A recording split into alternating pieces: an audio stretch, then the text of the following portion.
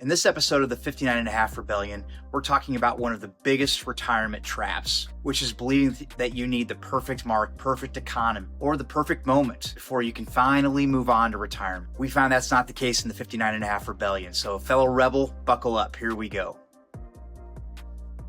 The other thing is that people always believe there's kind of a perfect moment to retire, and that this is the day, and if I don't do it then, all of a sudden I'll have missed some sort of gate or window that isn't going to work for me any longer. That's just not the case. Having a time frame in many cases can help here versus a perfect moment. Headlines, the media make this all worse. Remember, when you're watching financial news, when you're watching the media in general, they need clicks, they need activity, they need eyeballs. And the way they get that is by creating a lot of drama around things that aren't really as dramatic. I see this with things like recently with like government shutdowns or something coming up in the news that's congressionally going to be happening, a lot around politics. And to be honest, these things just don't matter in the long term. They do have short-term blips. They do have occasional impact. However, the day-to-day, the noise from all of these things that come from the media really amplify this uncertainty and can help you feel like, boy, I'm really retiring at the wrong time, when in fact you're not. You're just responding to the emotions that they're trying to play into. All right, so how do we talk ourselves through this? The first thing I would do is shift from timing to adaptability. Do not need perfect timing.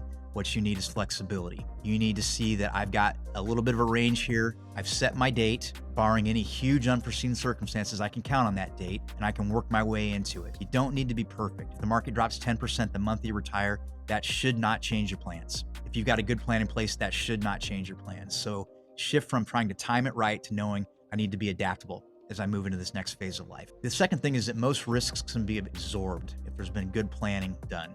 These volatilities, these guardrails that we put up, having good withdrawal rules, all these things can be absorbed in a plan over time. If there are health changes, you can use things like insurance. You can build in buffers. If things like Social Security happen to change, we can be flexible with our claiming strategies. We work extensively with our clients to figure out what their maximum claiming strategy looks like with Social Security, but then what the maximum one is for them, because these are super personal to you and when you're going to retire, how the tax thing is going to look like, all of that. So we can be flexible with Social Security as much as we can any other part of it. And then when it comes to taxes, just diversifying your account types, looking through where the taxes are going to be most likely to be paid, putting the assets in the right accounts. Those are all things that a good advisor can help you with. The third thing is thinking in a retirement window, not a date.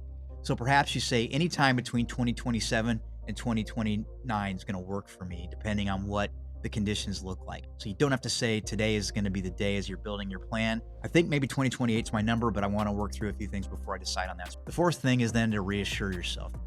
The wrong time to retire is only wrong if you don't have a strategy. So like I've mentioned, I've seen a ton of clients retire and take them through this transition. And all of these fears that you're having about pulling the triggers are very common and ones that we've worked through in a lot of cases. But having a little bit of peace to know, all right, I've got a good plan. I've developed a good savings strategy. I've got through the empty nest. I've launched my kids. I've got my parents in as best a place as I possibly can. And now it's time for me to pull levers on my future. And being flexible with that can be huge. And being adaptable to that can also be very, very helpful. In our next video, we're going to be talking about retiring on different timelines as a couple, navigating some of the family responsibilities that go with retirement, and how to balance your financial freedom with the emotional realities of this big, big change. So we hope that you'll join us. Please subscribe below. Thank you so much for joining us today.